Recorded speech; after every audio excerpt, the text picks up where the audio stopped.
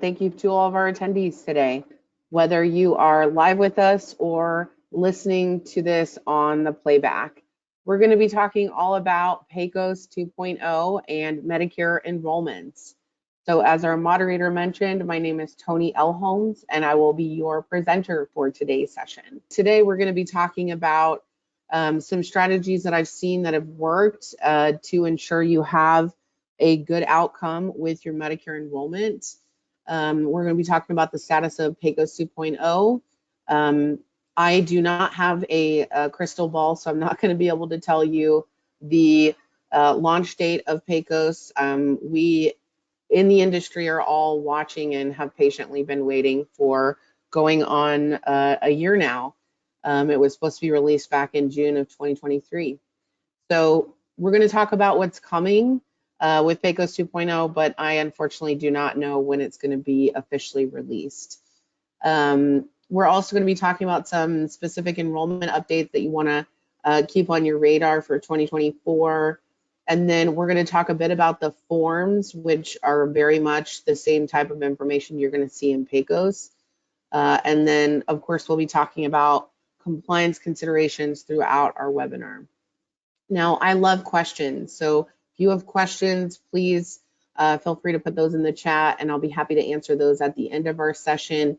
I do tend to go up to the end of the session. Maybe it's going to be all 60 minutes, but fear not, I will stay on and answer any questions that you have. So thank you so much for spending the next hour with me.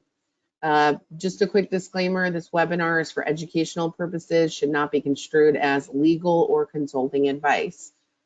So PECOS 2.0, it's no secret that everybody's waiting and have been anticipating the launch of this new and great enrollment portal. If you've been in PECOS recently, you've probably seen delays and kind of more bugs than usual. At least that's been my experience and folks that I've spoken to. So the handout that we have is it looks like 33 pages. If you just do a PECOS search, it'll take you to where it kind of starts on page 6 of the PDF file. And so basically it starts talking about when they implement what the basic functionalities are going to be. And so the use case and some of the beauty of PECOS 2.0 is that it's going to be very integrated and have a lot of automatic processes. So instead of having to do all of these separate forms and separate modalities of submission, like your EFT form, your CMS 588, or your CMS 460, it's all going to be automated into this PECOS 2.0 application. And it's going to be very tailored to your provider type. And so I think that that's going to cut back on a lot of the initial enrollment issues, because a lot of folks struggle with, am I an MPI 1, MPI 2? Is my business, is a practice a group? Is it an individual? And then if you're a facility or trying to figure out if you should complete the 855A versus the 855B, or additionally the 855I, it's going to help cut through some of those issues. So hopefully it's going to be a lot better. It's going to streamline things. It's going to allow you to create multiple enrollments, and it's going to help reduce errors and consistencies. We don't know because we haven't seen it yet. So this is all just based on the information that we have available to us, but hopefully it's going to be a much smoother and better process.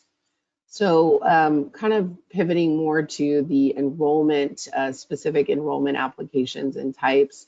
So if you're using PECOS, you may see some of this terminology. If you're using PECOS, you may see not see all of this because some of it's integrated differently, but the principles still apply. If you're using paper applications, then you'll definitely want to be familiar with the different form types. So we've got the 855A, which is for our institutional providers, but that's not a hard and fast. So I mentioned FQHCs, RHCs. This also includes organizations like community medical health center or community mental health centers, home health agencies, hospice, of course, hospitals, certain outpatient physical therapy, occupational therapy, and speech language pathology services. So not an independent practice, but an outpatient hospital department that they would be billing through.